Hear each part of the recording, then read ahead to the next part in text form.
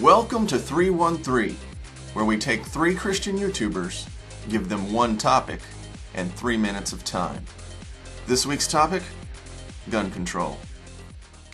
Christians and guns? I don't think so, based on the scriptures and the history of the early Christians up until the time of Constantine. We're talking specifically about gun control and how do Christians oppose a tyrannical government? Do we have a responsibility, a right to bear arms, not bear arms?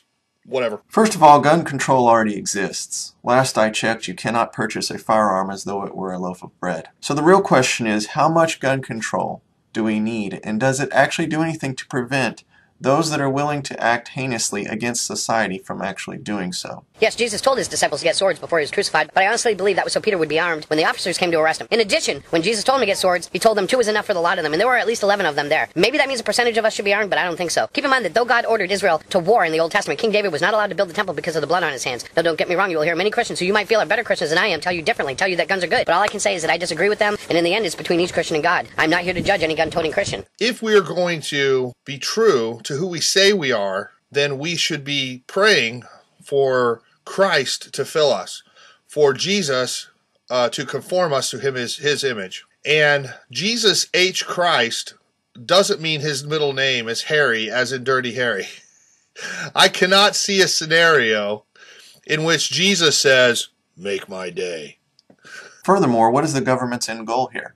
Total repeal of the Second Amendment? Or just banning of semi-automatics? I've got my skeptical suspicions. How about you? It's been proven by various sources that the Sandy Hook shooter left his semi-automatic in his trunk, and that isn't the only thing that smells bad about Sandy Hook. Of course, with my fellow Christians in America, this doesn't set so well, as we've been raised on bullets and blood. You see, in America, there is a belief that we are, or we were, a godly country. I don't think that's so. I think we're a country based on the values instilled in the Constitution, which is exactly the same document that pulled this nation away from God in the first place. Now, of course, we don't see guns in the Bible, but even when they did bear arms, and one of his disciples, his posse, cuts an ear off a guy, Jesus says, "Dude, why'd you do that?" and heals the guy's ear. Okay, that's the way Jesus handles tyrannical civil governments. He prays, and they fall. And Jerusalem fell, the Roman Empire fell, it didn't require guns. Personally, I don't own a gun.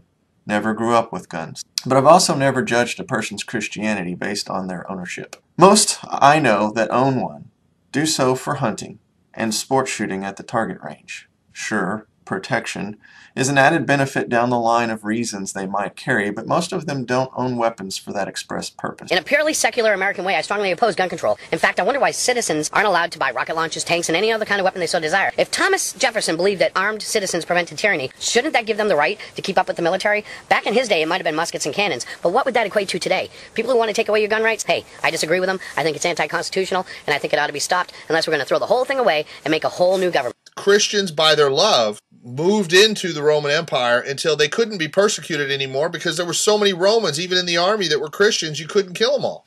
They didn't resist. They didn't take up arms. The Quakers didn't take up arms. There's always been groups through history that understood that our warfare is spiritual, not natural. For me personally, God has made it clear that I'm to never shoot a gun ever again. So should Christians take up arms against an oppressive or even tyrannical government? Should that ever be an atmosphere that becomes reality to us? I say go as God leads, but I would be shocked if he ever led me in that direction. Yes, Jesus was revolutionary, but he changed the world with love, not military might. Now it's your turn. Hit like and subscribe and leave us a comment below on how you think this panel did. Also, consider suggesting topics for future episodes and checking out the individual channels of each participant for more on this issue and much, much more. Links in the description bar.